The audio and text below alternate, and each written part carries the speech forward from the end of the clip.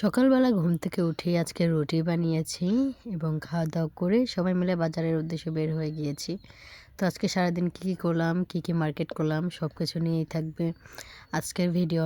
আশা করি আমার ভিডিওটা তোমাদের কাছেও ভালো লাগবে। হ্যালো, আসসালামু আলাইকুম। কেমন আছো বন্ধুরা?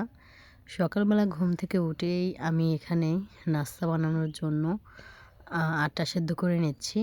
তো এখানে আমি অল্প একটু তেল আর একটু লবণ দিয়ে পানিটা ভালো মতো ফুটিয়ে আটাটা দিয়ে দিলাম।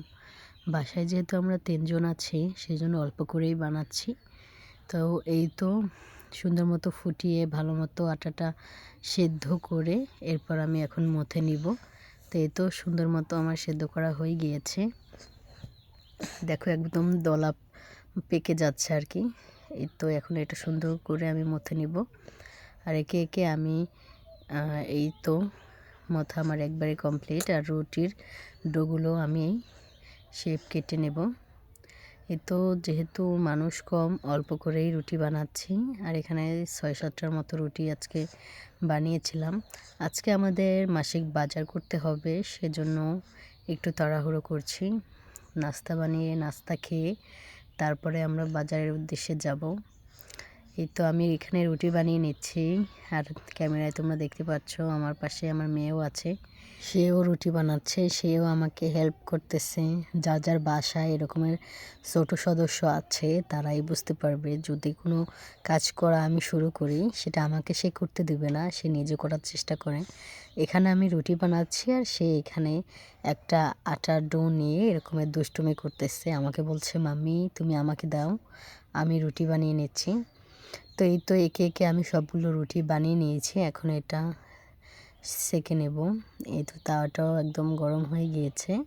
এই তাওয়ায় আমি রুটিগুলো বানিয়ে নিচ্ছি। আর আজকের রুটিগুলো কিন্তু খুবই সুন্দর মতো হয়েছিল, ফুলেও ছিল, খেতে ভালোই লেগেছে। আর নাস্তা খাওয়ার জন্য তেমন কিছুই করিনি, ডিম ছিল বাসায়, সেই ডিম ভেজে নিয়েছি। আর আগের দিনের তরকারি ছিল, সেগুলো গরম করে নিয়েছি। এই তো এখন খাওয়া দাওয়া করে একটু বের হতে হবে, না হলে আমাদের আস্তে আস্তে অনেক লেট হয়ে যাবে। এসে তারপর রান্নাবান্না করে তারপর খেতে হবে। তো এই জন্যই একটু ভারী খাবার খাওয়ার চেষ্টা করছি। এখানে রুটি আর ডিম খেয়ে নিচ্ছিলাম আমি, তরকারিও ছিল। এই তো আমিও খাচ্ছি, মেয়েকেও খাওয়াচ্ছি, আর আমার শাশুড়িও খেয়েছে। সবাই খেয়ে দিয়ে রেডি হয়ে বাসা থেকে এখন বের হয়েছি। তো রাস্তায় এসে দেখছি কোনো গাড়ি নেই, অনেকক্ষণ এখানে দাঁড়িয়েছিলাম। তারপরে এখান থেকে হেঁটে হেঁটে আমরা কিছুটা পথ গিয়েছি, এরপরে একটা গাড়ি পেয়েছি। তো এই তো আমার মেয়ে তো খুবই দুষ্টুমি করতেছিল, সে আমাদের আগে আগেই হাঁটা শুরু করে দিয়েছে। আমিও একবারে রেডি।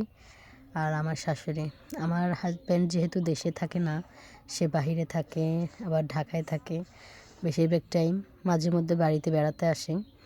আর আমার শ্বশুর সে মারা গিয়েছে, তো সংসারের সব দায়িত্ব আমাদের উপরেই, বাজার থেকে শুরু করে সব কিছু আমাদেরকেই সামলাতে হয়। তো এই তো ৩ জন মিলে গাড়িতে উঠেছি, এখন আমরা চলে যাচ্ছি। অনেক টুকিটাকি বাজার করেছি। এরপরে একটা মুদির দোকানে এসেছি, এখান থেকে আমি এই মেকারোনিগুলো নিচ্ছিলাম। এই পাস্তাগুলো আমার কাছে খেতে খেতেও ভীষণ ভালো লাগে। আর সাথে কিছুটা পপকর্নও নিয়েছি।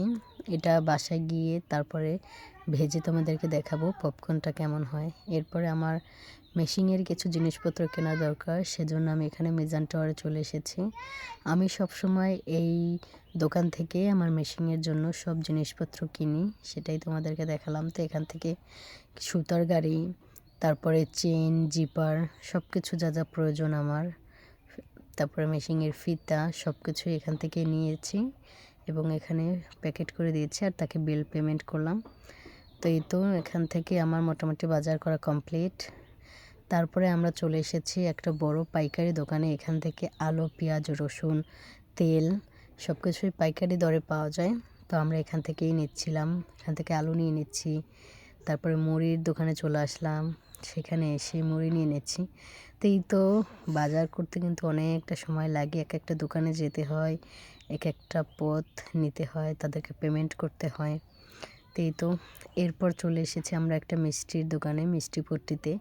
আমার মেয়ের জন্য কিছুটা ৪-৫টার মতো আমরা রসগোল্লা নেব। তো এই তো এই যে রসগোল্লাগুলো দেখো কতটা সুন্দর দেখতেও, আর খেতেও তো লোভনীয়। সাথে এখানে জিলাপি, অন্যান্য অনেক ধরনের খাবার দাবার এখানে রাখা ছিল। তো তো এখান থেকে আমরা রসগোল্লাটা নিয়ে তারপর বের হয়েছি। আর আজকের রসগোল্লা খেতেও কিন্তু খুবই ভালো ছিল, কারণ বাসায় এসে মেয়েকে খাওয়াচ্ছিলাম, একদম গরম গরম ছিল, ও তো খুবই তৃপ্তি করে খেয়েছে। তো এই তো সব বাজারগুলো নিয়ে এখন একটা গাড়িতে বসে আছি। তো পুরো মাথা একদম হ্যাং হয়ে গিয়েছে, অনেক টাইম ধরে বোরখা পরা অবস্থায় বাজারে ঘুরতেছিলাম সব জিনিসপত্র কিনে। তো এই তো এখানে বাজার থেকে মুরগি এনেছি, মাছ এনেছি।